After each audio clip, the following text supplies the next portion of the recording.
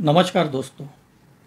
21 जुलाई से मानसून सत्र शुरू हुआ है और जैसे ही दोनों सदन शुरू होते हैं, विपक्ष ऑपरेशन सिंदूर और अमेरिका के अध्यक्ष डोनाल्ड ट्रंप ने जो युद्ध विराम पर बयान दिया उस पर चर्चा करने की मांग करता है और इसको लेकर विपक्ष लगातार हंगामा करता है। लोकसभा और राज्यसभा की कार्रवाई दिन में 3 से 4 बार स्थगित की जाती है और उसके बाद आखिर में पूरे दिन के लिए स्थगित की जाती है और दूसरे दिन भी 22 जुलाई को ऐसा ही हमें देखने को मिलता है।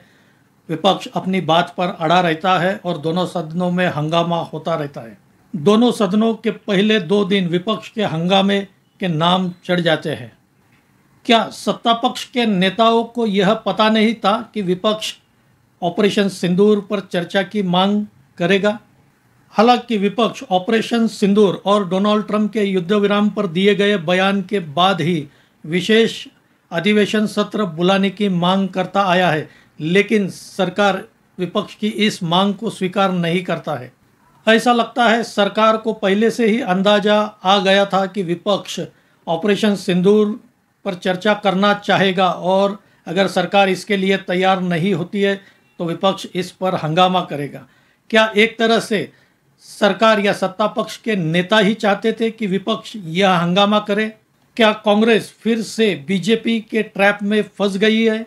इसी पर आज हम आगे इस वीडियो में बात करेंगे। आपसे अनुरोध है मेरा यह वीडियो आखिर तक देखिए, अच्छा लगे तो इसे लाइक करें, शेयर करें और मेरे इस चैनल को सब्सक्राइब करें।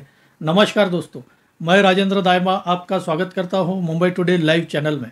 पहलगाम हमले के बाद भारतीय सेना पाकिस्तान के खिलाफ ऑपरेशन सिंदूर लॉन्च करती है और इस ऑपरेशन सिंदूर के दौरान 10 मई को अचानक अमेरिका के अध्यक्ष डोनाल्ड ट्रंप एक्स पर एक बयान देते हैं कि वे भारत पाकिस्तान के बीच चल रहे ऑपरेशन सिंदूर को युद्ध विराम करा दिया है, दोनों देशों के बीच संघर्ष रुकवा दिया है।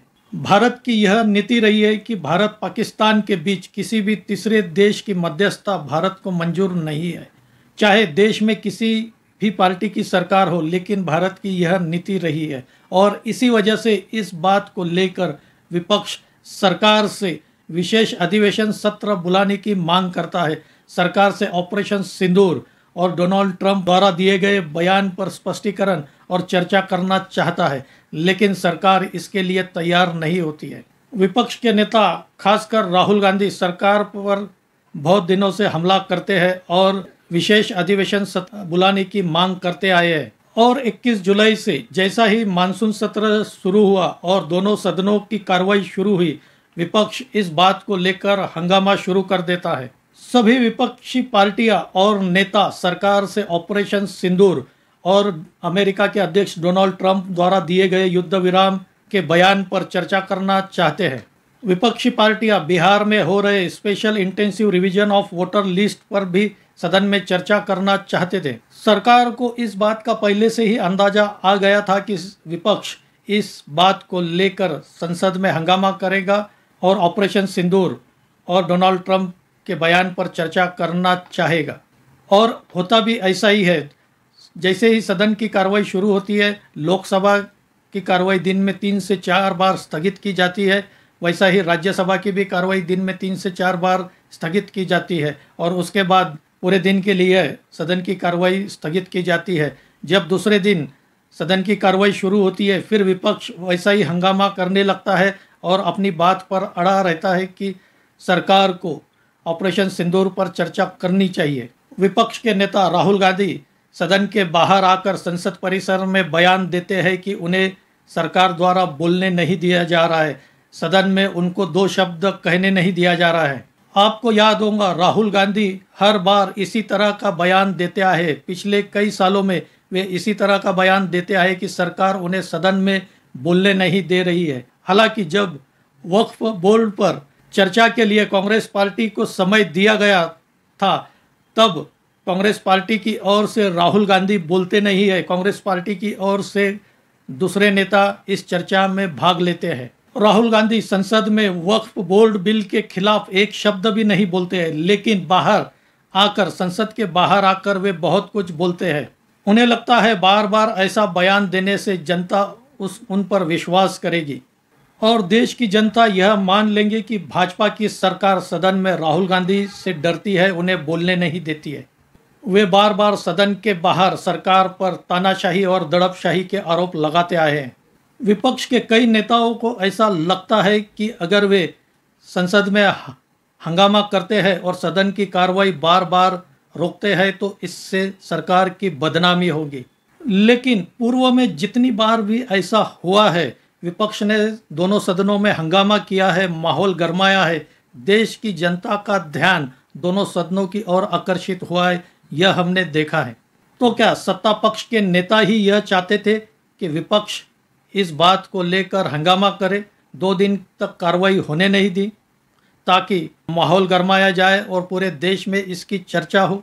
हालांकि पहले दिन ही एक घटना होती है जिसमें देश के उपराष्ट्रपति और राज्यसभा के स्पीकर जगदीप धनखड़ ने अपना त्यागपत्र दिया। इस पर भी मैंने वीडियो बनाया है, किस लिए उन्होंने त्यागपत्र दिया और कौन अगला उपराष्ट्रपति बनेगा। कृपया देखने के लिए ऊपर दिए हुए लिंक पर क्लिक करें। आज हम इस पर चर्चा नहीं कर रहे, हम आज चर्चा कर रहे हैं क्या सरकार या सत्ता पक्ष के नेता ही चाहते थे कि विपक्ष ऑपरेशन सिंदूर को लेकर दोनों सदनों में हंगामा करे? क्योंकि आज ही यानी सदन के तीसरे दिन यह खबर आई है कि बिजनेस एडवाइजरी कमेटी, जिसमें सत्ता पक्ष और विपक्ष दोनों तरफ के नेता है, उस कमेटी की मीटिंग हुई है और यह बीएसी में ठहरा है कि 28 जुलाई को लोकसभा में और 29 जुलाई को राज्यसभा में ऑपरेशन सिंदूर के विषय पर चर्चा की जाएगी। लोकसभा में करीब 16 घंटे इसके लिए आवंटित किए गए हैं ऑपरेशन सिंदूर पर चर्चा के लिए, और राज्यसभा में भी 9 घंटे ऑपरेशन सिंदूर पर चर्चा होगी। चर्चा के लिए सभी पार्टियों को उनके सांसदों की संख्या अनुसार समय दिया जाता है लोकसभा के स्पीकर द्वारा, और यही राज्यसभा में भी ऐसा ही होता है। अब देखना होगा राहुल गांधी क्या इस विषय पर इस चर्चा में भाग लेते हैं या नहीं। हर बार चर्चा का उत्तर आखिर में प्रधानमंत्री नरेंद्र मोदी को देना होता है, और जब जब पूर्व में ऐसा हुआ है हमने देखा है प्रधानमंत्री नरेंद्र मोदी अपने उत्तर से पूरे देश का माहौल बदल देते हैं, वे सरकार के पक्ष में माहौल कर देते हैं। इसका उदाहरण है प्रधानमंत्री नरेंद्र मोदी अपने पहले कार्यकाल में ट्रिपल तलाक का बिल लेकर आए और प्रधानमंत्री नरेंद्र मोदी 28 दिसंबर 2017 को इस बिल के वोटिंग के पहले चर्चा का उत्तर देते हैं और अपना संबोधन करीब 15 से 20 मिनट संसद में देते हैं। ऐसा ही 5 अगस्त 2019 को जब जम्मू कश्मीर से धारा 370 हटाई गई, तब विपक्ष संसद में बड़ा हंगामा करता है। 8 अगस्त 2019 को प्रधानमंत्री संसद में उत्तर देते हैं और करीब वे 40 मिनट संसद को संबोधित करते हैं। ताज़ा उदाहरण इसी साल 2 अप्रैल 2025 का है। संसद में वक्फ बोर्ड बिल पेश किया गया। 2 अप्रैल की रात यानी 3 अप्रैल को करीब 4 बजे तक संसद की कार्रवाई चलती है और वोटिंग से पहले प्रधानमंत्री संसद को संबोधित करते हैं। और कई बार हमने देखा है जो राहुल गांधी चर्चा की मांग करते हैं, जब प्रधानमंत्री चर्चा का उत्तर देते हैं तब वे संसद में उपस्थित नहीं रहते हैं। ऐसा कई बार हुआ है, राहुल गांधी अपना बयान देकर संसद से चले जाते हैं। यह सब इसी बात का प्रमाण है कि सत्ता पक्ष के नेता खुद चाहते हैं कि विपक्ष इस विषय को लेकर हंगामा करे, माहौल गर्म होने दे और उसके बाद संसद में चर्चा हो, क्योंकि चर्चा के आखिर में प्रधानमंत्री नरेंद्र मोदी को ही दोनों सदनों में चर्चा का उत्तर देना है। तो क्या कांग्रेस बार बार बीजेपी के ट्रैप में फंस रही है? हालांकि ऑपरेशन सिंदूर के बाद प्रधानमंत्री कई बार संसद से बाहर बयान दे चुके हैं, और जिस दिन संसद का पहला दिन था उस दिन भी प्रधानमंत्री नरेंद्र मोदी मीडिया को से बात करते हैं। विपक्ष इसलिए भी ऑपरेशन सिंदूर पर चर्चा करना चाहता है क्योंकि पाकिस्तान ने ऑपरेशन सिंदूर के दौरान यह दावा किया था कि उसने भारत के 4 से 5 राफेल फाइटर प्लेन्स मार गिराए हैं, लेकिन पाकिस्तान इस बारे में कोई सबूत देता नहीं है, कोई सैटेलाइट इमेज दिखाता नहीं है। इसके उलट जबकि भारतीय सेना जब प्रेस कॉन्फ्रेंस करती है, पाकिस्तान में हुए नुकसान की सैटेलाइट इमेज और फोटो दिखाती है। लेकिन विपक्ष चाहता है प्रधानमंत्री खुद ऑपरेशन सिंदूर पर बयान दे। दोस्तों, आपको क्या लगता है? मैंने इस बारे में कमेंट में एक आपसे प्रश्न पूछा है। कृपया आपसे अनुरोध है उस प्रश्न का उत्तर अवश्य दें। दोस्तों, आपको क्या लगता है, क्या कांग्रेस पार्टी बीजेपी के ट्रैप में फंस गई है? मेरा यह वीडियो अच्छा लगा हो तो इसे लाइक करें, शेयर करें और मेरे इस चैनल को सब्सक्राइब करें। आज यही रुकते हैं। धन्यवाद।